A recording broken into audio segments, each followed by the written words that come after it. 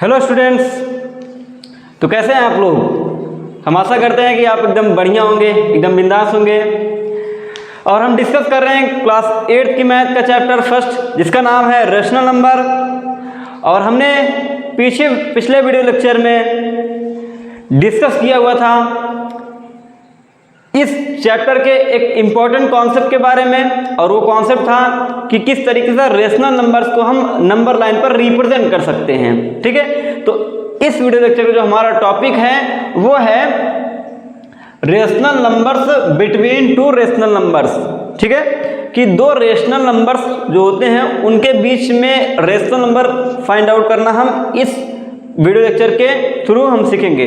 तो आप हमारे साथ बने रहिएगा और आप हमारे साथ सीखने वाले हैं इस इंपॉर्टेंट से कॉन्सेप्ट को, जिस पर एक्सरसाइज 1.2 डिपेंडेंट है। ठीक है, तो चलिए हम स्टार्ट करते हैं कि किस तरीके से दो रेशनल नंबर अगर दिया गया है तो उनके बीच के रेशनल नंबर को कैसे हम फाइंड आउट कर सकते हैं। ठीक है, जैसे यहाँ पर एक नंबर दिया है 2, क्या दिया गया है 2 दिया गया है, और एक नंबर दिया गया है 1 दिया गया है, क्या दिया गया है 1 दिया गया है। ठीक है, अब 1 भी आपका रेशनल नंबर है क्योंकि इसको हम P/Q के फॉर्म में लिख सकते हैं, और उसके बाद 2 भी आपका क्या है, ये रेशनल नंबर है क्योंकि इसको भी हम P/Q के फॉर्म में लिख सकते हैं। ठीक, तो अब इन दोनों नंबर के बीच के रेशनल नंबर को हम कैसे निकालेंगे ये देखेंगे।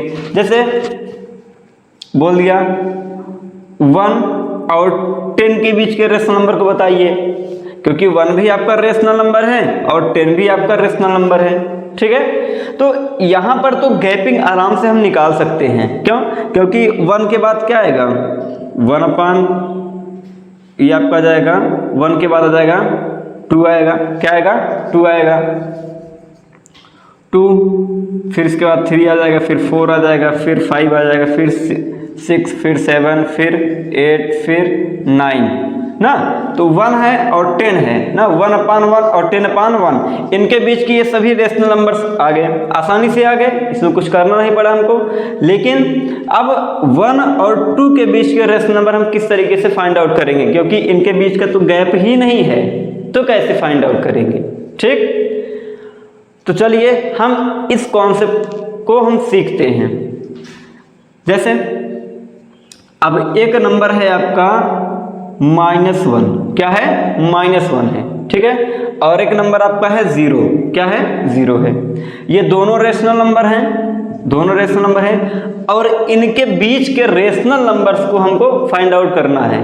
ठीक है, अब मान लेते हैं हम बोल देते हैं या क्वेश्चन पूछ लिया जाता है कि -1 और 0 के बीच के 5 रेशनल नंबर्स बताइए। कितने रेशनल नंबर? 5 रेशनल नंबर्स बताइए। तो किस तरीके से इसको हम फाइंड आउट कर सकते हैं, चलिए देखते हैं। सबसे पहले जो अगर हमारा स्टेप होगा वो क्या होगा कि इनके डिनोमिनेटर को हम इक्वल कर लेंगे।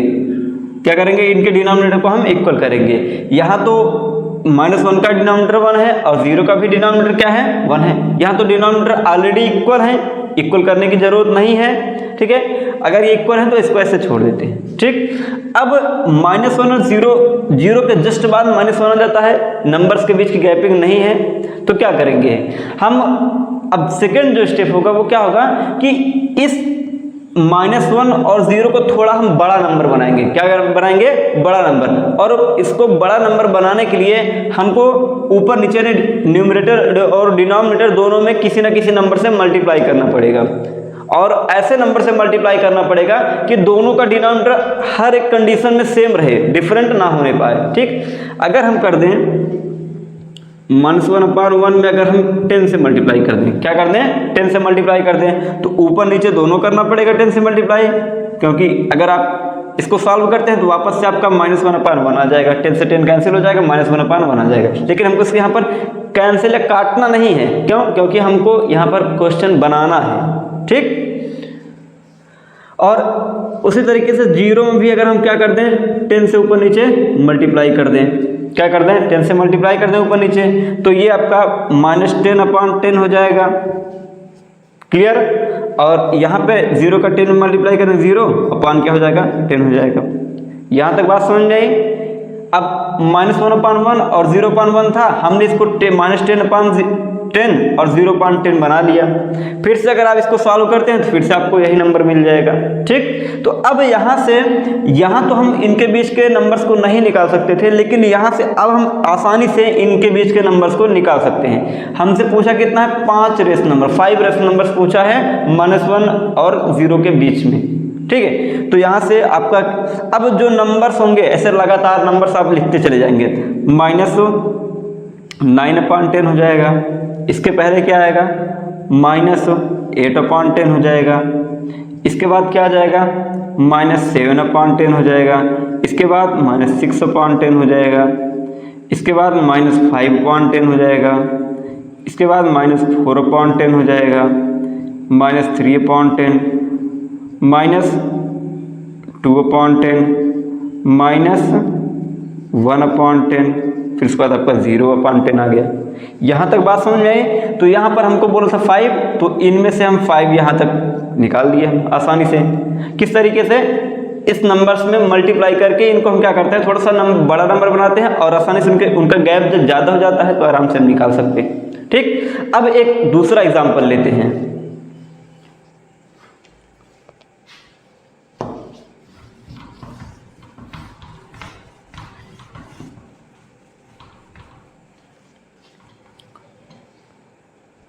चलिए अब एक दूसरा एग्जाम्पल लेते हैं।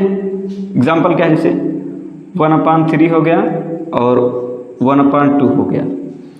अब ये भी रेशनल नंबर है और 1/2 भी, 1/3 और 1/2 दोनों रेशनल नंबर है। इनके बीच के रेशनल नंबर को हमको बताना है, इनके बीच के रेशनल नंबर को हमको क्या करना है, बताना है। तो कैसे बताएंगे।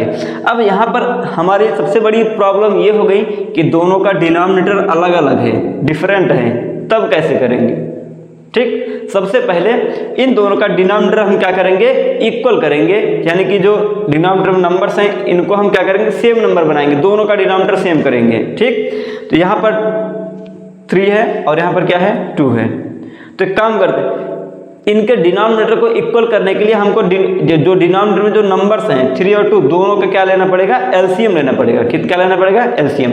तो 3 और 2 का एलसीएम लेंगे तो कितना आ जाएगा, 6 आएगा। कितना आएगा, 6 आएगा।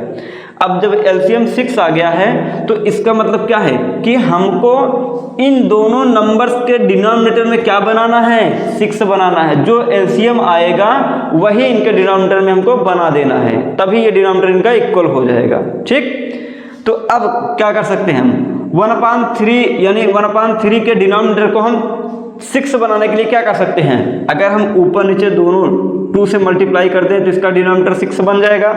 और सेम इसी तरीके से यहाँ पर अगर ऊपर नीचे हम 3 से मल्टीप्लाई कर दें तो इसका भी डिनोमिनेटर क्या बन जाएगा, 6 बन जाएगा।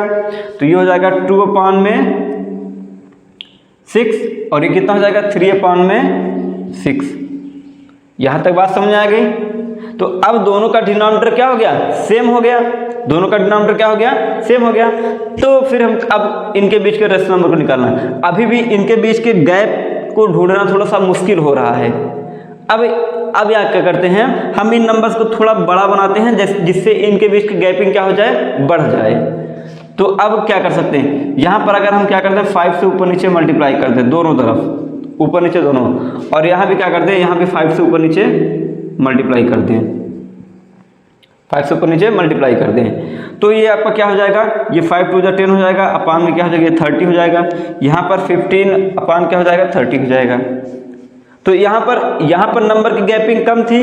अब जैसे ही हमने इस नंबर को 2/6 और 3/6 को थोड़ा सा बड़ा किया तो यहाँ पर 10/30 और यहाँ पर 15/30 दोनों के बीच की गैपिंग जो है वो बढ़ गई, दोनों के बीच की गैपिंग बढ़ गई।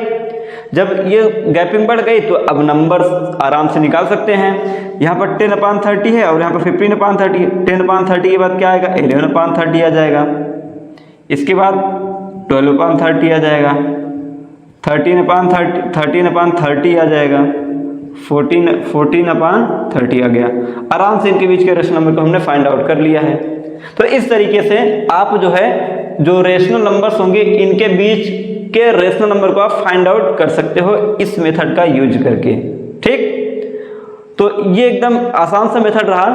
और इस तरीके से हम कोई भी दो रेशनल नंबर गिवन रहेगा उनके बीच के कितने भी चाहे जितने पूछ ले उनके बीच के रेशनल नंबर को हम आसानी से इस मेथड से फाइंड आउट कर सकते हैं। तो आई होप आपको ये समझ में आया होगा। अब हम मिलते हैं नेक्स्ट वीडियो लेक्चर में इस चैप्टर की अगली एक्सरसाइज 1.2 के साथ। तब तक आप लोग हंसते रहिए, मुस्कुराते रहिए। जय हिंद।